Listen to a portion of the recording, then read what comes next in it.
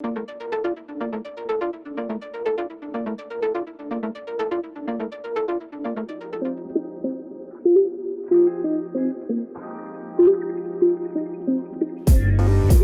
भाई, सबसे पहले बेटा एक छोटा सा क्वेश्चन है सबसे बेटा, अगर किसी भी कंपनी को फंड रेज करना है बेटा, क्या क्या तरीके हो सकते हैं मार्केट से फंड रेज करने के?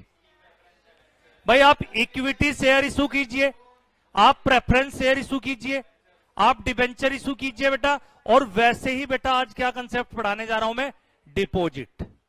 तो भाई अगर कोई भी कंपनी मार्केट से फंड रेज करना चाहती है बेटा, या तो इक्विटी शेयर इशू कर सकती है, प्रेफरेंस शेयर इशू कर सकती है बेटा, और डिबेंचर, और आज क्या पढ़ाने जा रहा हूं बेटा, आप डिपॉजिट ले सकते हो। तो एक बात आपको समझनी चाहिए बेटा, चाहे आप डिबेंचर से फंड रेज करो, चाहे आप डिपॉजिट से फंड रेज करे, ये दोनों ही कंपनी के लिए डेट है, और इन दोनों ही केस में बेटा क्या मिलता होगा, इंटरेस्ट। अगर भाई मेरी कंपनी डिबेंचर इशू करेगी बेटा, आप क्या बन जाओगे, और अगर आपसे मैंने डिपॉजिट एक्सेप्ट किया हो, आप इस चैप्टर में बनोगे डिपॉजिट होल्डर।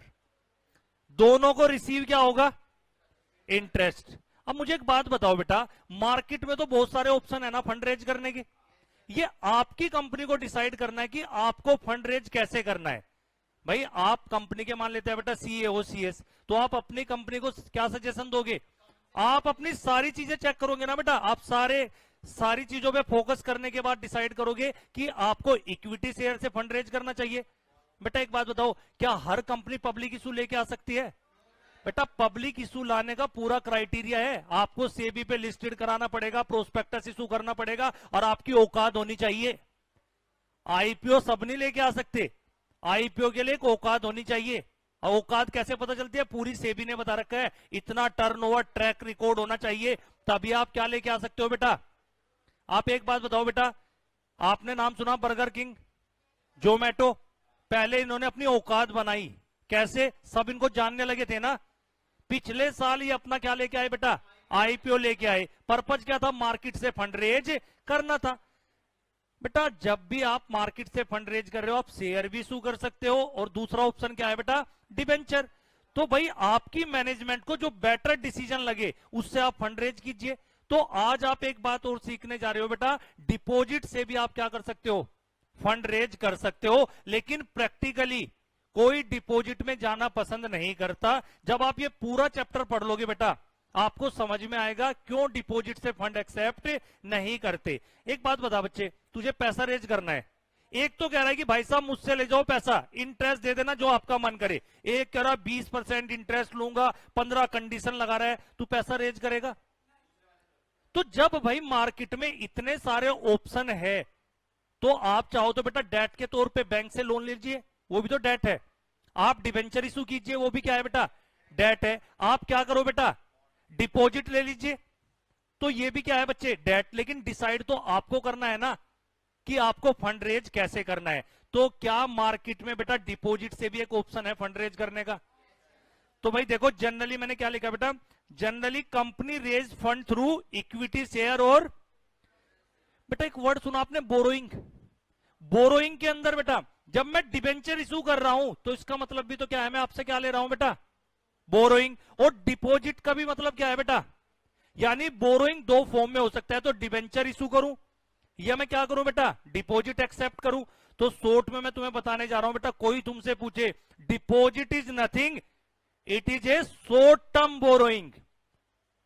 अगर कोई तुमसे पूछे बेटा डिपॉजिट क्या है, डिपॉजिट कुछ अलग नहीं है, ये भी एक बोरोइंग है। और कौन सी, लॉन्ग टर्म या शॉर्ट टर्म? बेटा क्या डिबेंचर इशू करके भी मैं पैसा रेज कर सकता था? वो क्या डेट का फॉर्म है या नहीं? डिपॉजिट भी डेट का फॉर्म है। दोनों ही केस में मुझे क्या देना है, इंटरेस्ट और प्रिंसिपल अमाउंट। नालायकों कभी ये सोच रहे हो प्रिंसिपल नहीं देना होता। बेटा डिबेंचर कितने साल में रिडीम करते हैं, 10 साल में। 10 साल में क्या करना होता है बेटा आपको। लेकिन यहां पे बेटा ये शॉर्ट टर्म बोरोइंग होती है, लॉन्ग टर्म, शॉर्ट टर्म। बेटा deposit is nothing but it is a short term borrowing, debenture is also a borrowing. बेटा डिपॉजिट 3 साल के लिए लिया जाता है। मैक्सिमम पीरियड कितना हो सकता है, अगर आपने डिपॉजिट लिया है 36 मंथ मैक्सिमम। जबकि डिबेंचर का आपको पता होगा, रिडम्पशन आपको डिबेंचर कितने साल में करना होता है, 10 साल बेटा।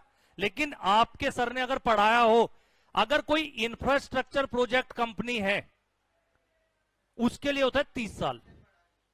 नहीं चलो पढ़ा नहीं तो फिर समझो बेटा, डिवेंचर और डिपॉजिट दोनों ही बोरोइंग है, इसमें किसी को डाउट? अगर मैं दोनों का डिफरेंस पूछूं बेटा, जब मैं आपको डिवेंचर इशू करूंगा आप कौन बन जाओगे? और अगर मैंने आपसे डिपॉजिट एक्सेप्ट किया है, डिपॉजिट होल्डर। जब मैं आपको डिवेंचर इशू करूंगा बच्चों, इसका मतलब है मैंने आपसे उधार लिया है, तो आपके पास सबूत होना चाहिए ना। आपको मिलेगा डिवेंचर सर्टिफिकेट। क्या मिलेगा आपको? तो कंपनी जब डिबेंचर इशू करेगी तो आपको उसके अगेंस्ट क्या भी देगी? Debenture certificate. वो एक सबूत है, कल को कंपनी आपका पैसा रीपे ना करे या इंटरेस्ट ना करे तो वो एक कंक्लूसिव एविडेंस है, आप कोर्ट में जा सकते हो। और डिपॉजिट, जब बेटा डिपॉजिट से फंड रेज किया जाता है तो बेटा क्या इशू करती है कंपनी? Deposit receipt. और किसको रिसीव करती है बेटा? डिपॉजिटर। यहां पे क्या वर्ड आएगा पूरे चैप्टर में? डिपॉजिटर। और अगर मैं डिबेंचर इशू करता हूं वहां पे कौन होते हैं बेटा? Debenture holder. तो मुझे शॉर्ट में बताओ बेटा, क्या है deposit? Deposit is nothing, it is a short term borrowing. क्या डिबेंचर बेटा, बोरोइंग में तो मैं डिबेंचर भी इशू कर सकता था और डिपॉजिट भी, फर्क क्या है? अगर मैं डिबेंचर से पैसा रेज करूंगा तो मुझे सेक्शन 71 कंप्लाई करना पड़ेगा कंपनीज एक्ट का। तो अगर आप डिबेंचर से फंड रेज करना चाहते हो तो कौन सा सेक्शन कंप्लाई करो? लेकिन अगर आप डिपॉजिट से फंड रेज करना चाहते हो तो सेक्शन 73 टू 76। डिबेंचर जो होता है बेटा वो रिडीम लॉन्ग टर्म के लिए होता है, यानी वो लॉन्ग टर्म बोरोइंग है। और आपका डिपॉजिट क्या है बच्चे? Short term. समझे नहीं? चैप्टर का बेस बना क्यों पढ़ रहे हैं बेटा? कोई लेता नहीं है। जब पूरा चैप्टर पढ़ लोगे उसके बाद तुम खुद डिसाइड करना बेटा, क्या तुम अपनी कंपनी को सुझाव दोगे, सजेशन दोगे। यहां पे इतनी टेक्निकल टर्म एंड कंडीशन है ना बेटा, कोई क्यों लेगा भाई इस तरीके से। लेकिन इसका मतलब ये तो नहीं कि लो में आपके पास ऑप्शन नहीं है भाई, आपके पास एक एक्स्ट्रा ऑप्शन है ना। जब सारे रास्ते बंद हो जाते हैं बेटा, 5% के हिसाब से भी हम ब्याज लेते हैं गांव में, मजबूरी होती है बेटा। तो क्या डिपॉजिट भी एक ऑप्शन है या नहीं बेटा? वो आपकी मर्जी है। डिपॉजिट से फंड रेज कीजिए, चाहे आप बैंक से लोन लीजिए, चाहे आप डिवेंचर इशू कीजिए। लेकिन अगर आपने डिपॉजिट लिया है तो कंपनी एक्ट के कौन से सेक्शन कंप्लाई करने हैं? 73 टू 76A। कोई दिक्कत? अब बढ़ते हैं बेटा 71 डिवेंचर के लिए 71 बेटा। 3 कैटेगरी ऑफ कंपनीज। चैप्टर के लिए बेटा 3 बातें ध्यान से समझो। पहली कैटेगरी कंपनी का क्या नाम लिखा मैंने? मुझे एक बात बताओ बेटा, क्या कंपनीज एक्ट बैंकिंग कंपनी पे लगता है या नहीं?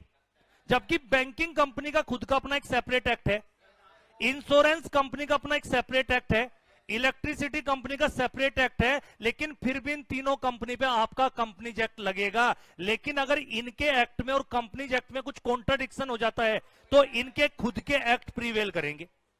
ये सेक्शन 1 में पढ़ाया होगा सर ने आपको, ठीक है बेटा। अब भाई 3 कैटेगरी ऑफ कंपनी, मैंने कैसे इस चैप्टर में 3 कैटेगरी ऑफ कंपनी कर दी बेटा। पहला क्या?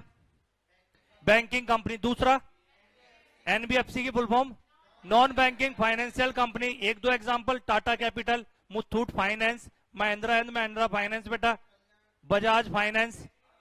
हाँ बेटा, तो ये सुना है या नहीं आपने? और तीसरा क्या बोला मैंने? Non banking non financial. तो ले तो तीनों डिपॉजिट सकते हैं बेटा। अगर बैंकिंग कंपनी डिपॉजिट एक्सेप्ट कर रहे, पहला क्वेश्चन, क्या ये बैंकिंग कंपनी एनबीएफसी और non banking non financial company deposit ले सकते हैं? बिल्कुल ले सकते हैं। अगर बैंकिंग कंपनी डिपॉजिट ले रही है बेटा तो किसके अकॉर्डिंग लेगी? तो ये तो मुझे पढ़ाना ही नहीं है, मुझे तो कंपनी एक्ट पढ़ाना है। तो एक बैंकिंग कंपनी भी डिपॉजिट एक्सेप्ट कर सकती है, किसके अकॉर्डिंग? Banking regulation act 1949। क्या बेटा देखो, एनबीएफसी ले सकती है? बिल्कुल ले सकती है, वो रजिस्टर्ड कहां? देखो, NBFC can accept deposit as per RBI regulation. और तीसरा क्या है बेटा? मैं किसकी बात कर रहा हूं यहां पे? Non banking non financial company जब भी अपना डिपॉजिट एक्सेप्ट करेगी, किसके अकॉर्डिंग? Companies act 2013। और सेक्शन कौन से है बेटा? 73 टू 76A। और मैंने यहां पे एग्जांपल भी लिख दिया बेटा। ये सारी कंपनी, मैन्युफैक्चरिंग कंपनी हो, ट्रेडिंग कंपनी हो, कोई भी बेटा ले लो आप, construction, agriculture, service sector company, सारी क्या है? Non banking non financial company. तो मेरा छोटा सा क्वेश्चन है बेटा, 3 कैटेगरी ऑफ कंपनी को कैसे किया मैंने? Banking, NBFC, non banking, non financial company, तीनों डिपॉजिट एक्सेप्ट कर सकती है। Banking company as per banking regulation act, NBFC as per RBI, और एनबीएफसी ये बेटा non banking non financial company as per companies act. समझ आ रहा है कहां जा रहे हैं बेटा? अब भाई डिपॉजिट लेंगे किससे बेटा? या तो डिपॉजिट एक्सेप्ट किया जाएगा अपने मेंबर से, या डिपॉजिट किससे लोगे बेटा आप? तो भाई अगर आप डिपॉजिट लेना चाह रहे हो या तो अपने मेंबर से लीजिए और या पब्लिक से। बेटा अगर आप मेंबर से डिपॉजिट लोगे तो सेक्शन 73 लगेगा, और अगर पब्लिक से डिपॉजिट लोगे तो कौन सा सेक्शन लगेगा? 76। तो एक बात क्लियर हो जाए बेटा, 73 और 76 पे क्वेश्चन आता है सीए पे, ध्यान से समझना। क्या एक कंपनी अपने मेंबर से डिपॉजिट एक्सेप्ट कर सकती है? कौन से सेक्शन के अकॉर्डिंग? क्या एक कंपनी बेटा पब्लिक से डिपॉजिट एक्सेप्ट कर सकती है? कौन से सेक्शन के अकॉर्डिंग? कोई दिक्कत? अब जब मेंबर से डिपॉजिट एक्सेप्ट होता है बेटा, तो कोई भी कंपनी, चाहे प्राइवेट कंपनी हो, चाहे पब्लिक कंपनी हो, गवर्नमेंट कंपनी हो, सारी कंपनी अपने मेंबर से क्या ले सकती है? लेकिन अगर आप पब्लिक को डिपॉजिट एक्सेप्ट करना है पब्लिक से, ओनली एलिजिबल पब्लिक। अब ध्यान से सुनना, इस पूरे चैप्टर के लिए मैं क्या बताने जा रहा हूं। यहां पे इस पूरे चैप्टर में कंपनी को समझो बेटा। इस पूरे चैप्टर के लिए या तो प्राइवेट कंपनी होगी, पब्लिक कंपनी की भी 2 category, eligible company, other than eligible company. ध्यान से सुनो बेटा, पहली बार इस चैप्टर में आप क्या सुनोगे? पब्लिक कंपनी की भी 2 कैटेगरी, एलिजिबल कंपनी और अदर देन एलिजिबल कंपनी। तो पहले तो बेटा आपको यह पता होना चाहिए एलिजिबल कंपनी क्या होती है। यानी इस चैप्टर में कौन सी कंपनी की बात होगी? एक तो प्राइवेट कंपनी, पब्लिक कंपनी को भी 2 पार्ट में डिवाइड किया है, एलिजिबल कंपनी और अदर देन। तो सबसे पहले हम किसकी डेफिनेशन देखते हैं बेटा? पेपर में कई बार आ चुकी है, व्हाट इज एलिजिबल कंपनी। क्या लिखा हुआ है बेटा इसके आगे? हाँ बच्चे, eligible company means a public company which has, पहले तो मुझे बताओ एलिजिबल कंपनी प्राइवेट होगी पब्लिक? नालायकों, पब्लिक की 2 कैटेगरी, एक एलिजिबल और एक अदर देन। तो इतना तो सब बच्चों को पता होना चाहिए, एलिजिबल कंपनी मीन्स ए प्राइवेट कंपनी, पब्लिक कंपनी। तो यही मैंने झूठ बोला था ना, तो मैं सही करना था। एलिजिबल कंपनी मीन्स ए जिसकी नेटवर्थ कितने हो बेटा? 100 करोड़ और मोर, और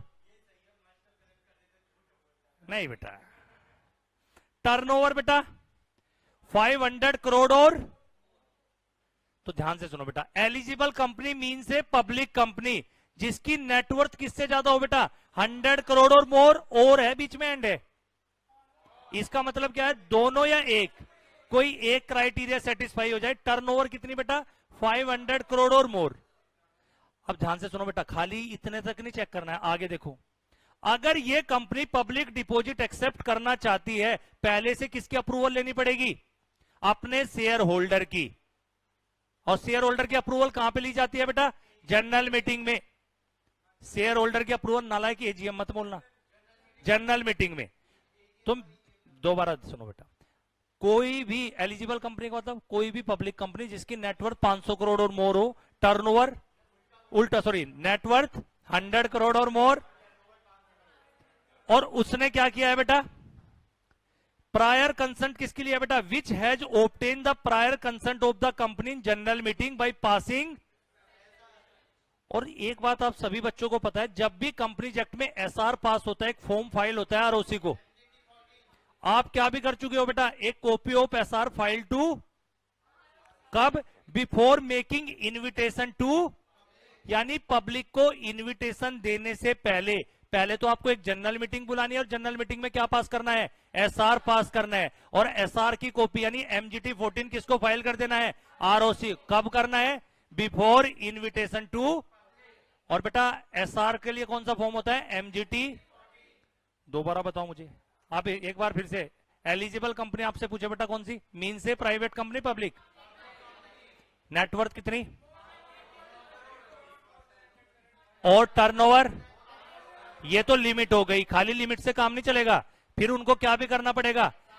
प्रायर कंसेंट लेनी पड़ेगी शेयर होल्डर की जनरल मीटिंग में बाय पासिंग एसआर। और एसआर के लिए एमजीटी 14 किसको फाइल करना है, कब करना है, before invitation to the public. कोई दिक्कत क्या बेटा? हाँ, तब इस कंपनी को हम एलिजिबल कंपनी बोलेंगे पब्लिक, अगर ये क्राइटेरिया, अगर ये नहीं कर रही है तो पब्लिक, लेकिन उसकी नेटवर्थ क्या है बेटा 100 करोड़ से कम है, टर्नओवर क्या है 500 करोड़ से कम है, तो वो बन जाएगी पब्लिक में भी अदर देन एलिजिबल। तो एक सीख लो बेटा, ऑटोमेटिकली अदर देन एलिजिबल पता चल जाएगी। समझ गए? तो पब्लिक की दो कैटेगरी, एलिजिबल और, बेटा एक बात बताओ, अगर आपको एलिजिबल कंपनी समझ में आ गया तो ऑटोमेटिकली आपको पता चल जाएगा ना अदर देन एलिजिबल कंपनी कौन सी होती है। अब ये ध्यान से सुनना बेटा, इसकी इंटरप्रिटेशन देखता हूं कौन बच्चा करता है। इसी में थोड़ा टेक्निकल है बेटा, ध्यान से समझना।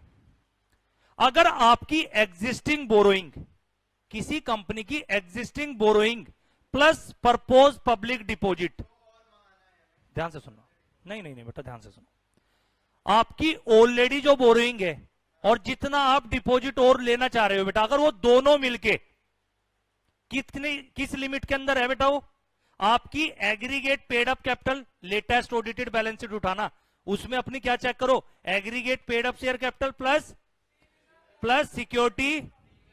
अगर इसकी लिमिट के अंदर आपकी बोरोइंग हो रही है तो फिर आपको एसआर पास नहीं करना है, ओआर पास करना है। दोबारा सुनो, अगर आपकी एग्जिस्टिंग बोरोइंग, मान लेते हैं आपने ऑलरेडी 100 करोड़ रुपए ले रखे थे, आप 200 करोड़ और लेना चाहते हैं, दोनों मिला के कितने हो गए? अगर वो आपकी बैलेंस शीट में aggregate paid up share capital, free reserve और सिक्योरिटी प्रीमियम अकाउंट की लिमिट के अंदर है तो आपको ओआर पास करना पड़ेगा, और उससे ज्यादा है तो आपको क्या पास करना पड़ेगा, एसआर पास करना पड़ेगा। समझ आया नहीं बेटा? तो ये याद रखना, ये बच्चे सब छोड़ के जाते हैं।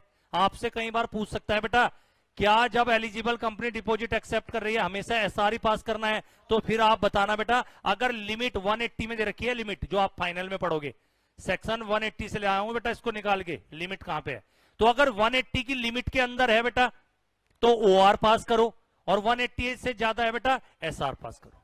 समझ आया नहीं भाई? पक्का? देखो मैंने इसके नीचे लिख भी दिया बेटा, क्या लिखा हुआ है, इन केस में बेटा अगर विद इन द लिमिट है, it is sufficient to passing ordinary resolution instead passing. समझ गए? अब भाई ध्यान से सुनो, कितना ले सकती है डिपॉजिट ये भी तो पता होना चाहिए। एलिजिबल कंपनी अपने मेंबर से कितना डिपॉजिट ले सकती है? Up to 10% of aggregate paid up share capital plus free reserve plus security premium account. पूरी टेबल में एक बात सीख लो बेटा, जब भी परसेंटेज चेंज होगी 10% आएगा, कहीं 25%, कहीं 35%, लेकिन बेस तीनों ही रहेंगे।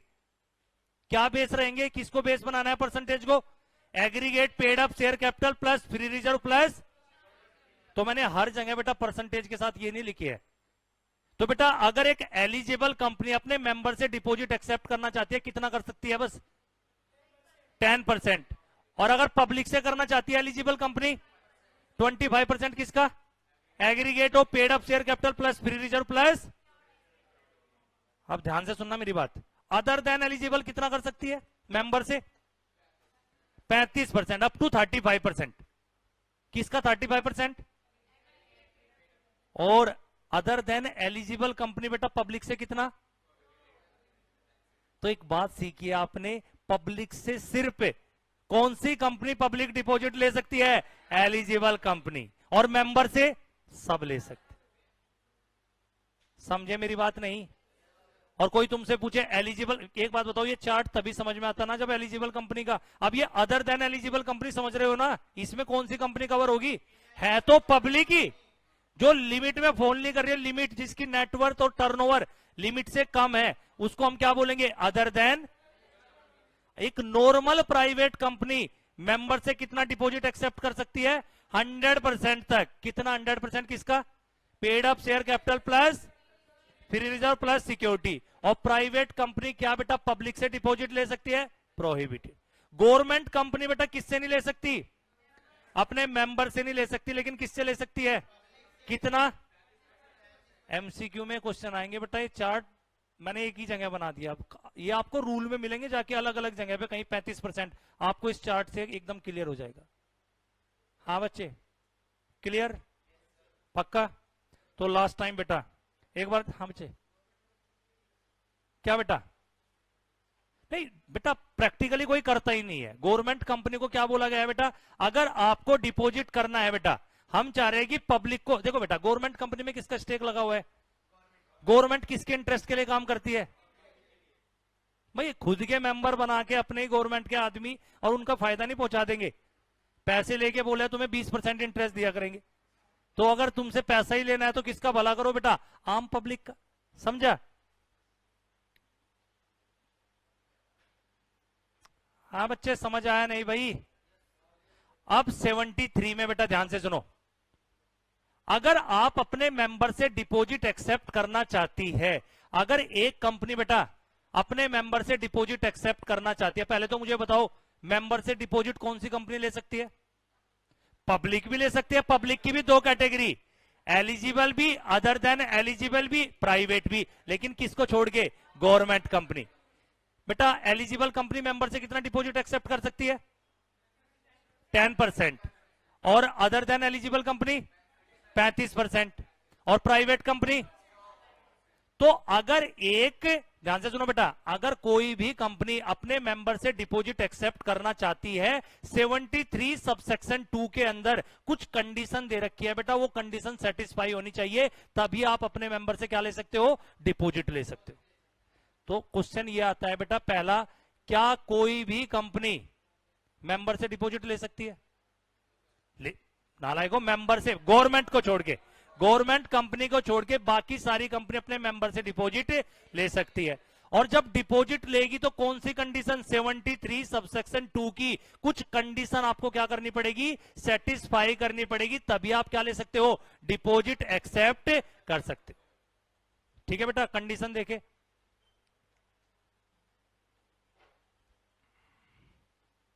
सबसे पहला बेटा आपको क्या काम करना पड़ेगा?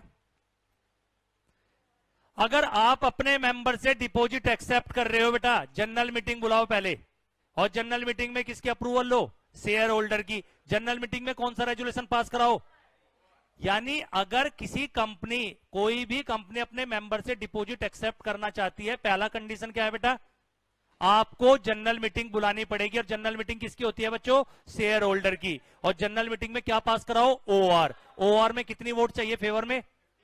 More than 50% votes in favor, then such resolution will be, otherwise such resolution will be। दूसरा बेटा आपको क्या करना पड़ेगा बेटा? एक बात बताओ बच्चे, जब आप डिबेंचर से पैसा रेज करते, क्या आपको प्रोस्पेक्टस इशू नहीं करना पड़ता? क्योंकि जब भी आप कोई सिक्योरिटी से फंड रेज कर रहे हो, सिक्योरिटी इंक्लूड डिबेंचर ऑल्सो।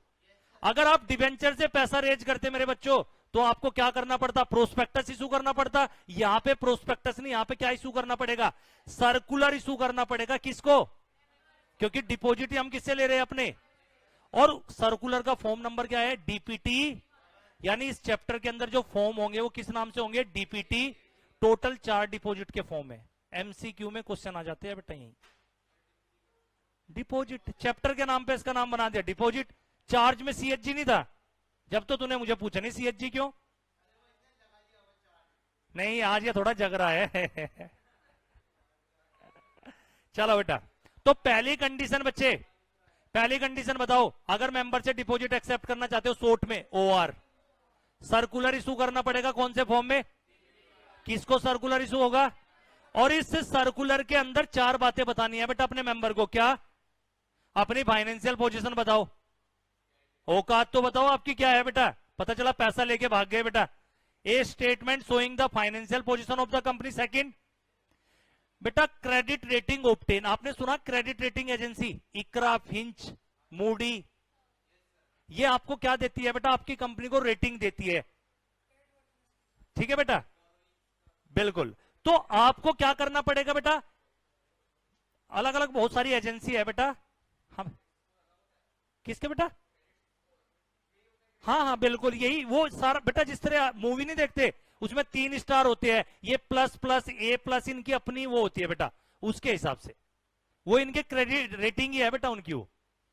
तो भाई पहली बात बेटा, अगर मेंबर से डिपॉजिट एक्सेप्ट करना चाहते हो, मेंबर को क्या दो, सर्कुलर दो। कौन से फॉर्म में, डीपीटी 1। उसके अंदर कितनी इंफॉर्मेशन होनी चाहिए, एक तो अपनी फाइनेंशियल पोजीशन बताओ, क्रेडिट रेटिंग ऑब्टेन करो, किससे, क्रेडिट रेटिंग एजेंसी। कितने आपके टोटल नंबर ऑफ डिपॉजिटर है, हो सकता है आपने पहले भी डिपॉजिट ले रखा हो, कितना अमाउंट ड्यू है बेटा, पता चला नया डिपॉजिट ले रहे हैं, पुराना अभी भी क्या चल रहा है बेटा। अगर ये सब है तो बेटा आप सर्कुलर के अंदर 4 इंफॉर्मेशन दोगे बच्चे, कौन सी, एक तो स्टेटमेंट शो करो बेटा, financial position, credit rating obtain by credit rating agency, total number of depositor, और कितना अमाउंट ड्यू है toward deposit in respect of any previous. चलो भाई, उसके बाद बेटा इस सर्कुलर की एक कॉपी किसको भी फाइल करनी है, कितने दिन पहले, सर्कुलर मेंबर को तो बाद में इशू करना, उससे पहले उस सर्कुलर की कॉपी किसको फाइल करना। बेटा ये कैसे, मतलब ये सेकंड पॉइंट आया, इसमें कैसे करेंगे हम, कैसे, पहले हम मेंबर को करेंगे फिर 30 दिन, ये क्या मतलब है बेटा, 30 दिन पहले करना है तो हमें कैसे पता चलेगा भाई, हमें मेंबर को भी सर्कुलर इशू करना है और उससे कितने दिन पहले करना है, तो किस तरीके से कैलकुलेशन करते, नालायकों, पहले सर्कुलर जाता है प्रैक्टिकली, और वहां से 30 दिन के बाद क्या करा देना, मेंबर को कर देना, तो ऑटोमेटिकली बात तो वही हो गई भाई। तुम अगर पहले सर्कुलर कहां पे जमा करा दिया, आरओसी, और उसके बाद वो सर्कुलर कितने दिन जब बाद जाना चाहिए मेंबर के पास, 30 दिन के बाद, तो ऑटोमेटिकली बात तो वही हो गई, समझ गए। तो प्रैक्टिकली कभी ये सोच रहे हो कि नहीं पहले एक डेट देख लेंगे फिर 30 दिन कैलकुलेट करेंगे, तो पहले सर्कुलर किसको भेज दो बेटा, और उसके 30 दिन के बाद किसको इशू कर दो, तो वो क्राइटेरिया अपने आप ये पॉइंट बन जाएगा। क्लियर है बेटा। बेटा किससे भी सर्टिफिकेट लेना पड़ेगा, स्टैट्यूटरी ऑडिटर, तुम जो बनने वाले हो बेटा चार्टर्ड अकाउंटेंट, आपसे बेटा एक सर्टिफिकेट लिया जाएगा, किस बात का, तभी आप मेंबर से डिपॉजिट ले सकते हो। आपकी कंपनी ने बेटा क्या नहीं कर रखा है, कोई रीपेमेंट ऑफ डिपॉजिट, अगर ऑलरेडी आपने कोई डिपॉजिट ले रखा था बेटा, तो आपको एक स्टैट्यूटरी ऑडिटर से सर्टिफिकेट भी सबमिट कराना है कि हमारी कंपनी ने जो पास्ट में कोई डिपॉजिट लिया था बेटा उसका डिफॉल्ट नहीं चल रहा है। दूसरा बेटा, अगर डिफॉल्ट हो भी गया था, हमसे गलती हो गई बेटा, हमने उसको क्या कर लिया, सही कर लिया, और सही करने के बाद भी 5 साल बीत चुके हैं, और समझ आया है नहीं बेटा। बेटा एक बात बताओ, आपने 12th में पढ़ा होगा, 11th में, मुझे तो अकाउंट नहीं आता, आपने पढ़ा होगा जब डिबेंचर इशू होते थे तो डीआरआर क्रिएट होता था, डिबेंचर रिडम्पशन रिजर्व अकाउंट, और वो 10%, और अब नया कंसेप्ट आ गया है उसमें डीआरएफ, 15% का डिबेंचर रिडम्पशन फंड, वो जो बचपन में चीजें पड़ी थी उसमें चेंज हुआ है वो बेटा, डीआरआर 10% था, अब नया कंसेप्ट है डीआरएफ। डीआरआर क्या होता था बेटा, वो तो हम एक अमाउंट ब्लॉक कर देते थे रिजर्व में, कहीं वो डिविडेंड के तौर पे ना निकल जाए। डीआरएफ में एक्चुअल बना के आपको पे जमा करना है। डीआरआर देखा जाए तो एक अकाउंटिंग एंट्री है, उसमें आप ब्लॉक ही तो कर रहे हो, वो जब पढ़ाऊंगा डिबेंचर में वो वहां पे करेंगे। अभी मैं क्या बताना चाहता हूं, यहां पे डीआरएफ करके आ गया बेटा, डिबेंचर रिडम्पशन फंड। अब बेटा वहां पे डिस्कशन करेंगे, मेरा पर्पज क्या था बताने का, क्योंकि debenture is also a borrowing. अगर तुम डिबेंचर से भी बेटा पैसा रेज करते हो तो भी आपको डीआरआर क्रिएट करना था, यहां पे क्या क्रिएट करना है ये सिखाना चाहता हूं बस तुम्हें। डीआरआरए मतलब डिपॉजिट रीपेमेंट रिजर्व। बेटा कब तक करना है ये, कंपनी सेल ऑन और बिफोर, इस पे एमसी क्वेश्चन आएगा बेटा। हर साल 30 अप्रैल तक बेटा आपको कितना अमाउंट ट्रांसफर करना है इसमें, 20% of amount of maturing during due following. देखो यहां पे गलती होती है बेटा, ध्यान से सुनो, इस साल मेरा कुछ बच्चे गलती करके आएंगे, यहां पे करंट ईयर नहीं लेना है, नेक्स्ट ईयर में जितना मेरा डिपॉजिट मैच्योर होने जा रहा है उसका 20% मुझे कब तक बेटा जमा करा देना है, इस साल 30 अप्रैल तक उसे जमा करा देना है। यहां पे गलती क्या करके आओगे, मैंने एक हाईलाइट किया, फॉलोइंग फाइनेंशियल ईयर, यानी करंट ईयर की बात नहीं हो रही, अगले साल जितना डिपॉजिट मैच्योर हो रहा है उसका प्रोविजन आज ही बना लो, उसका कितना परसेंट डीआरआर में ट्रांसफर कर दो, 20%। किस तारीख तक बेटा, 30 अप्रैल ऑफ ईच ईयर। समझे या नहीं, और ये जो डीआरआर आपने क्रिएट किया इसका यूज किसके लिए करोगे कंपनी बेटा? DRRA shall not be used by the company for any purpose other than repayment of। बेटा एक बात बताओ, डिबेंचर सिक्योर्ड होते हैं ना, आपने पढ़ा होगा सिक्योर्ड डिबेंचर, वैसे डिपॉजिट भी क्या होते हैं बेटा? तो अगर डिपॉजिट सिक्योर्ड है इसका मतलब क्या है? आपको उन डिपॉजिट होल्डर को सिक्योरिटी प्रोवाइड करानी पड़ेगी, यानी उनके फेवर में चार्ज क्रिएट करना पड़ेगा अपनी प्रॉपर्टी एसेट और अंडरटेकिंग पे। बेटा क्या डिपॉजिट भी सिक्योर्ड अनसिक्योर्ड हो सकता है? बिल्कुल। तो अगर बेटा आप सिक्योर्ड डिपॉजिट ले रहे हो तो आप उस सिक्योरिटी डिपॉजिट के अगेंस्ट क्या प्रोवाइड कराओगे? सिक्योरिटी प्रोवाइड कराओगे किसी प्रॉपर्टी एसेट और अंडरटेकिंग। समझ आया? अगर कोई कंपनी बेटा सिक्योर्ड डिपॉजिट नहीं ले रही है बेटा, या पार्सली सिक्योर्ड है, अगर कोई डिपॉजिट बेटा सिक्योर्ड तो है लेकिन क्या है, तो उसे डीम टू भी क्या मान के चलना? Unsecured deposit. भाई सिक्योर्ड होगा तो फुल्ली सिक्योर्ड होगा, अगर कोई पार्टली सिक्योर्ड डिपॉजिट है बेटा उसे क्या ट्रीट करना है? Unsecured deposit. सबसे पहले हमने क्या बात की बेटा, इस चैप्टर में जब आप डिपॉजिट की बात कर रहे हैं बेटा, आप कोई भी कंपनी जब मार्केट से फंड रेज करती है तो या तो पब्लिक इशू लेके आ सकते हैं, पब्लिक इशू में भी आईपीओ होता है, एफपीओ होता है। पहली बार कोई कंपनी जब मार्केट से फंड रेज करती है उसका आता है आईपीओ। आईपीओ हमेशा अनलिस्टेड कंपनी का आता है, एफपीओ हमेशा लिस्टेड कंपनी। रुचि सोया, अभी यस बैंक, इनके एफपीओ आ चुके हैं बेटा अभी। तो ये भी तो एक मार्केट से फंड रेज करने का तरीका है, लेकिन जरूरी थोड़ा सब बेटा पब्लिक इशू लेके आएंगे। कोई पब्लिक इशू का क्राइटेरिया को सेटिस्फाई नहीं कर पा रहा है तो उसके आप क्या ऑप्शन है? वो डेट ले ले, बैंक से लोन ले ले, प्रॉपर्टी सिक्योरिटी है तो गिरवी रख के ले लो बेटा, सबसे आसान तरीका। या बेटा आप डिबेंचर इशू कर लीजिए। डिबेंचर नहीं, आज एक चैप्टर कौन सा पढ़ा रहा हूं आपको? डिपॉजिट। आप डिपॉजिट भी एक्सेप्ट कर सकते हो। तो डिपॉजिट क्या है बेटा? Deposit is nothing, it is a short term, यानी बोरोइंग में आपका डिबेंचर भी आता है और डिपॉजिट भी। जब हम डिबेंचर इशू कर रहे हैं तो डिबेंचर जिनको इशू करते हैं उनको बोलते हैं डिबेंचर होल्डर, डिपॉजिट जिनसे ले रहे हैं डिपॉजिट होल्डर। अगर आप डिबेंचर से मार्केट से पैसा रेज कर रहे हो, कंपनी एक्ट का सेक्शन 71 लगेगा। डिपॉजिट से रेज कर रहे हो 73 टू 76। क्लियर बेटा? डिपॉजिट हमेशा शॉर्ट टर्म होता है। शॉर्ट टर्म का मतलब 3 साल के लिए आप ले सकते हो, उसके बाद रीपे करना पड़ेगा विद इंटरेस्ट। और डिबेंचर बेटा आपको पता है रिडम्पशन 10 साल, रिडम्पशन बेटा 20 साल होती है प्रेफरेंस शेयर की रिडम्पशन। प्रेफरेंस शेयर 20 साल में रिडीम होते हैं, डिबेंचर 10 साल में। ठीक है बेटा? उसके बाद हमने क्या पढ़ा बेटा? डिपॉजिट हम किससे ले सकते हैं? मेंबर से और पब्लिक से। बेटा अगर आप मेंबर से डिपॉजिट लोगे तो कौन सा सेक्शन लगेगा? 73। पब्लिक से लोगे? अब इस चैप्टर में बेटा कंपनी की भी अहमियत है, क्योंकि यहां पे प्राइवेट कंपनी तो बेटा डिपॉजिट ले ही सकती है। पब्लिक की 2 कैटेगरी, एलिजिबल और अदर देन एलिजिबल। एलिजिबल का मतलब मीन्स है पब्लिक कंपनी जिसकी नेटवर्थ कितनी है? 100 करोड़ या उससे ज्यादा, और टर्नओवर, और उसने क्या कर लिया है बेटा इनविटेशन से पहले डिपॉजिट? एसआर पहले वो क्या कराएगी? प्रायर कंसेंट लेगी अपने शेयर होल्डर की जनरल मीटिंग में बाय पासिंग, और एसआर की कॉपी एमजीटी 14 की कॉपी किसको फाइल कर देगी? Before invitation. लेकिन अगर 180 की जो लिमिट दे रखी है उसकी लिमिट के अंदर आप बोरोइंग कर रहे हो तो फिर आपको एसआर पास नहीं करना है, ओआर। और 180 में क्या लिमिट दे रखी है? अगर आपकी existing borrowing plus propose deposit दोनों मिला के आपकी कंपनी की ऑडिटेड बैलेंस शीट उठाना लेटेस्ट, उसकी paid up share capital plus security premium के विद इन द लिमिट में है तो ओआर, लिमिट से ज्यादा बन रही है बोरोइंग, ऐसा। क्लियर बेटा? 73 अगर मेंबर से डिपॉजिट एक्सेप्ट कर रहे हो तो 73 की कंडीशन सेटिस्फाई करनी पड़ेगी। पहली कंडीशन ओआर पास करना पड़ेगा जनरल मीटिंग में। दूसरा, मेंबर को क्या इशू करना पड़ेगा? सर्कुलर। कौन से फॉर्म में? डीपीटी 1। उस सर्कुलर में कितनी इंफॉर्मेशन होगी?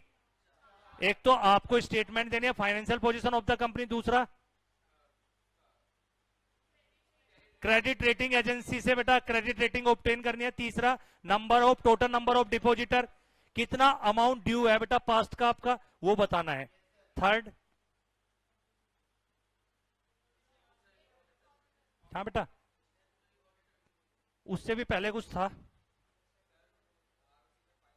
हाँ, सर्कुलर की एक कॉपी पहले आपको किसको भी सबमिट करनी है, आरओसी, 30 दिन पहले मेंबर को इनविटेशन देने से पहले।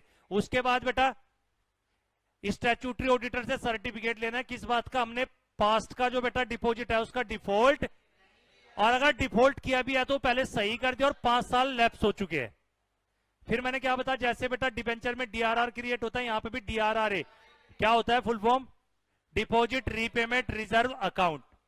ठीक है बेटा, डीआरआर कब तक बनाना है बेटा, 30 अप्रैल इन ईच ईयर।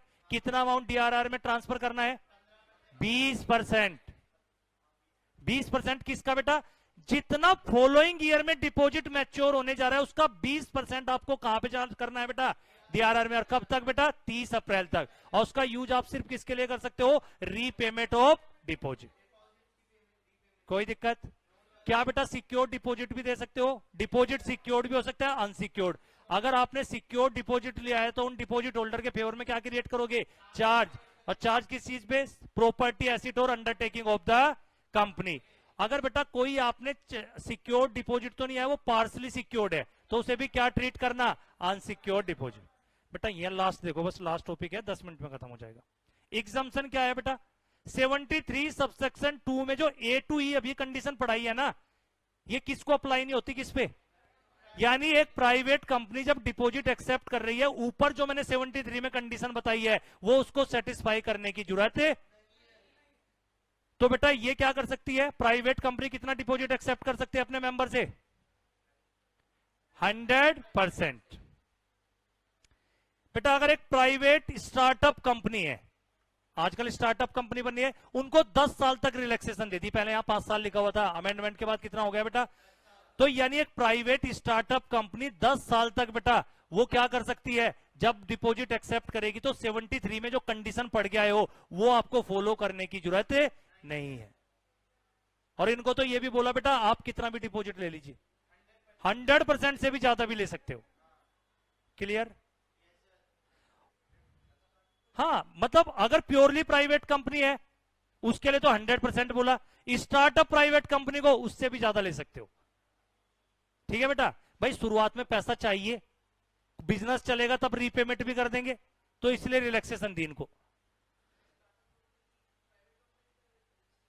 हाँ बेटा रजिस्टर्ड वो रिलैक्सेशन है बहुत सारी गवर्नमेंट की तरफ से। बेटा वो उसी सरकार ने अपना एक पूरा प्रोसीजर बता रखा है, उसकी आपको वो लेनी पड़ेगी, आपको रजिस्ट्रेशन कराना पड़ेगा वहां पे। ठीक है भाई, आप अगर स्टार्टअप जा रहे हो तो सरकार के जितने भी बेटा फॉर्म है वो सब फिल करके जाओगे ना, तभी तो आपको सब्सिडी मिलेगी, एज ए स्टार्टअप रजिस्टर्ड कराया आपने। और एक प्राइवेट कंपनी बेटा जो तीनों कंडीशन सेटिस्फाई कर दे बेटा, अगर एक प्राइवेट कंपनी 3 कंडीशन, तीनों की तीनों बेटा ऑल द फॉलोइंग कंडीशन, उसको भी क्या रिलैक्सेशन है, ये ऊपर की कंडीशन सेटिस्फाई करने की जरूरत है। वो प्राइवेट कंपनी ना तो किसी की एसोसिएट हो, ना subsidiary company of any other company, यानी वो प्योरली प्राइवेट कंपनी है। ऐसे नहीं कि हम किसी की सब्सिडरी है, मान लेते एक पब्लिक कंपनी की हम प्राइवेट कंपनी, हम सब्सिडरी है, तो हम किसी की सब्सिडरी नहीं है, ना हम किसी की एसोसिएट है, हम सीधी प्योरली क्या है बेटा, प्राइवेट कंपनी। और उसकी बोरोइंग बेटा, उस प्राइवेट कंपनी की बोरोइंग कितनी होनी चाहिए बेटा, borrowing of such company from bank और फाइनेंशियल इंस्टीट्यूशन और any body corporate is less than twice of its paid up share capital और 50 crore rupees which ever is. पहली बात वो प्राइवेट कंपनी ना तो किसी की एसोसिएट हो ना सब्सिडरी। दूसरी बात वो प्राइवेट कंपनी ने अगर कोई बोरोइंग कर रखी है बेटा किसी बैंक से या फाइनेंशियल इंस्टीट्यूशन से या किसी बॉडी कॉर्पोरेट कंपनी से, वो किससे लेस होनी चाहिए, उस कंपनी की पेड अप शेयर कैपिटल के ट्वाइस से कम और 50 करोड़ विच एवर इज। और लास्ट क्या लिखा हुआ है बेटा, उसने बेटा कंपनी ने क्या ना किया हो बेटा, पास्ट में अगर कोई डिपॉजिट ले रखा है उसका डिफॉल्ट ना कर रखा हो, तो उनको क्या रिलैक्सेशन है बेटा, 73(2) में जो मैंने कंडीशन पढ़ाई है वो कंडीशन सेटिस्फाई करने की जरूरत है। समझ आया, ये था बेटा आपका एक छोटा सा कंसेप्ट। आज हमने बेटा मेंबर से क्या, देखो आपने ये भी जान लिया बेटा एलिजिबल कंपनी क्या है, किससे डिपॉजिट ले सकते हैं ये भी पता चल गया, और किसके बारे में जाना हमने, अगर मेंबर से आप डिपॉजिट ले रहे हो कितना ले सकते हो और किन कंडीशन पे ले सकते हो, ये बात आपको पता चल गई। क्लियर बेटा।